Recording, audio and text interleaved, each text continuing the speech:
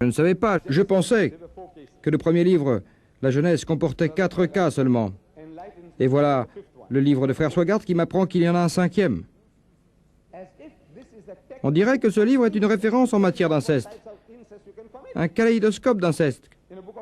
10 cas d'inceste dans un livre révélé par Dieu. On nous dit que si vous mangez une nourriture avariée, vous devenez avarié. Et que si vous lisez des livres pourris, votre esprit devient pourri. C'est ce que vous lisez.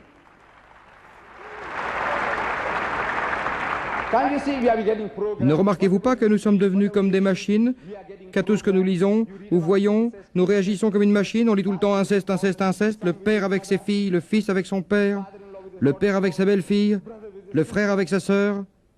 C'est quoi tout ça? 10 cas d'inceste, et on écrit sur l'inceste, l'inceste, l'inceste. Il n'est pas étonnant que cette perversion se répande comme une épidémie. Vous savez, le docteur Jones, un psychiatre américain d'une grande réputation, il a réalisé des tests sur un groupe d'écoliers à qui il avait fait lire des contes choisir. Et il a constaté que ces lectures avaient provoqué des changements, peu importants certes, mais durables, dans la personnalité des enfants. Cela s'est passé durant la période scolaire. La nature des lectures proposées aux enfants et les scènes qu'ils voient forment leur esprit futur. Et pour cela, je me demande pourquoi Dieu Tout-Puissant, dans un livre saint, dévie du chemin pour évoquer 10 cas d'inceste. Et pour cette raison aussi, chers frères et sœurs, je dis que ceci n'est pas la parole de Dieu. À propos des premiers 5 livres de la Bible, qui sont supposés être les livres de Moïse, c'est-à-dire la Genèse, l'Exode, le Lévitique, les Nombres et le Deutéronome, à propos de ces livres, des savants chrétiens des plus éminents soutiennent que Moïse n'a pas écrit ces livres, que ce n'est pas lui qui les a écrits, qu'il n'en est pas l'auteur. Les auteurs, l'auteur de la Genèse, le premier livre de Moïse figure entre 2 parenthèses. L'Exode, le 2e livre de Moïse, entre parenthèses. Le Lévitique, 3e livre de Moïse, entre parenthèses. Les Nombres, 4e livre de Moïse, entre parenthèses. Le Deutéronome, 5e livre de Moïse, entre parenthèses. Je m'interroge, pourquoi entre parenthèses? Que signifie cela? Pourquoi ces parenthèses? On nous dit de façon fort diplomatique, en usant de procédés psychologiques, ce ne sont pas là nos opinions, nous ne croyons pas cela. Ce sont les gens simples, les prédicateurs, les prêcheurs de la Bible et les évangélistes qui y croient. Ces livres sont les livres de Moïse, mais Moïse ne les a pas écrits. Nous ne croyons pas que c'est la parole de Moïse, et c'est pourquoi nous les mettons entre parenthèses. Pas les paroles de Moïse. Et pourtant, les expressions « le Seigneur dit à Moïse » et « Moïse dit au Seigneur » reviennent plus de 700 fois dans ces 4 livres.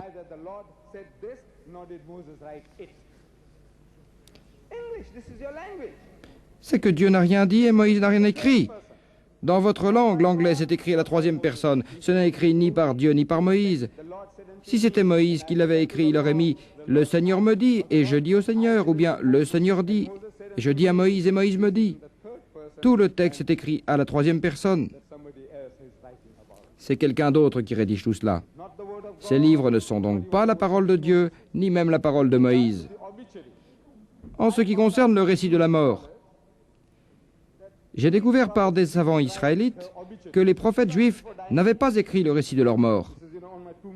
Écrire cela avant la mort, ils se demandent seulement qu'on mette une inscription sur leur tombe.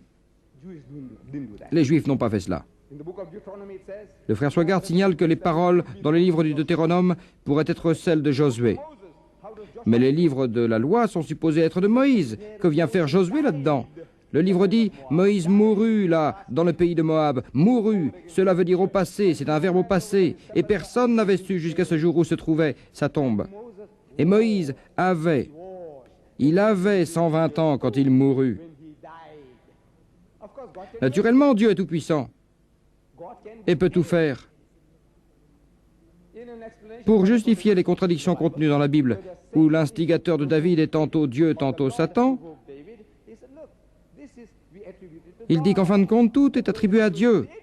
Mais si c'est Satan qui a incité David, peut-on dire que c'est Dieu qui l'a incité? Peut-on sur ce principe dire que c'est Dieu qui a exterminé les 6 millions de Juifs alors que c'est Hitler qui l'a fait? Acceptez-vous cela parce que Dieu l'a voulu?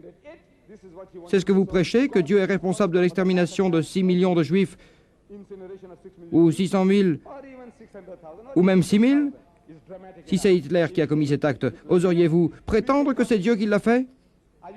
Pouvez-vous discréditer Hitler et le parti nazi en disant que c'est Dieu qui l'a fait?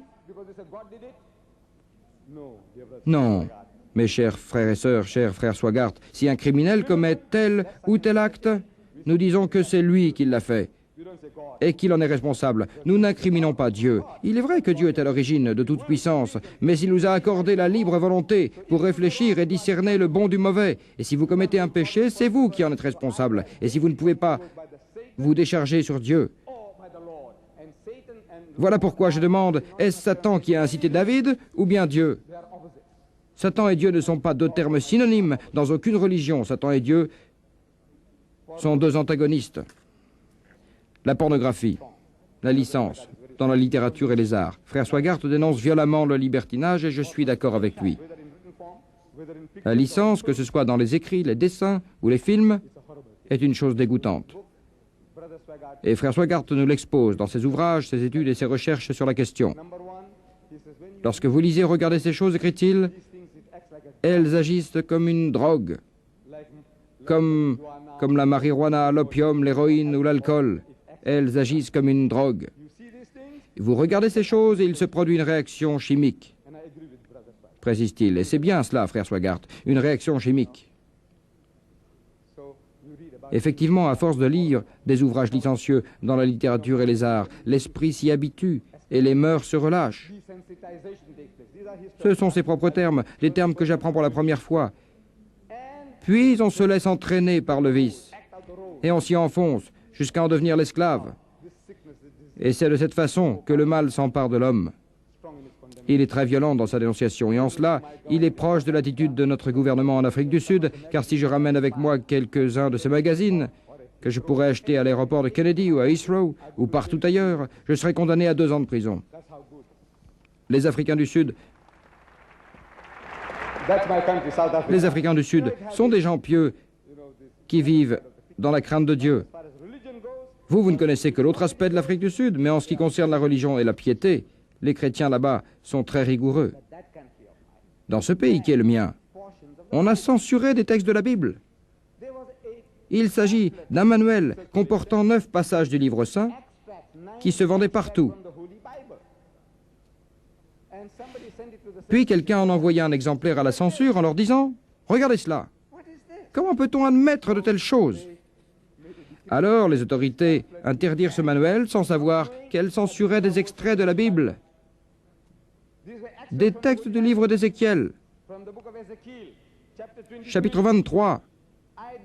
Et je mets au défi tout prêtre de les lire devant les fidèles de l'Église. Je mets au défi tout évangéliste de les lire à sa mère, sa sœur, ses enfants, ou même à sa fiancée si elle était vraiment vertueuse. Le chapitre 23 du livre d'Ézéchiel relate la prostitution des 2 sœurs, Ohola et Hololiba, avec des termes extrêmement licencieux. Et voilà pourquoi mon gouvernement a ordonné cette interdiction. Le comité de censure comprenait 2 prêtres représentant l'Église qui n'ont pas su qui censuraient des extraits de la Bible. Mon gouvernement est tellement vertueux qu'il a interdit la publication du roman L'amant de Lady Chatterley à cause d'un mot de 4 lettres. Un seul mot détestable qui a valu au livre d'être interdit pendant 20 ans. Mais maintenant, ayant mûri et évolué, les autorités décident de lever cette interdiction. Et pour revenir aux 9 passages de la Bible, vous dites que c'est la parole de Dieu et vous avez honte de les lire devant vos téléspectateurs. Je mets au défi, frère Swagart, de lire ces extraits. Le manuel est là et vous n'avez même pas besoin d'ouvrir le livre. Ces passages sont soulignés en rouge. Je vous demande de les lire avec votre style célèbre, votre élocution séduisante et vos gestes fameux. Et si vous acceptez de les lire devant l'assistance ici présente, frère Swagart, je vous donnerai $100.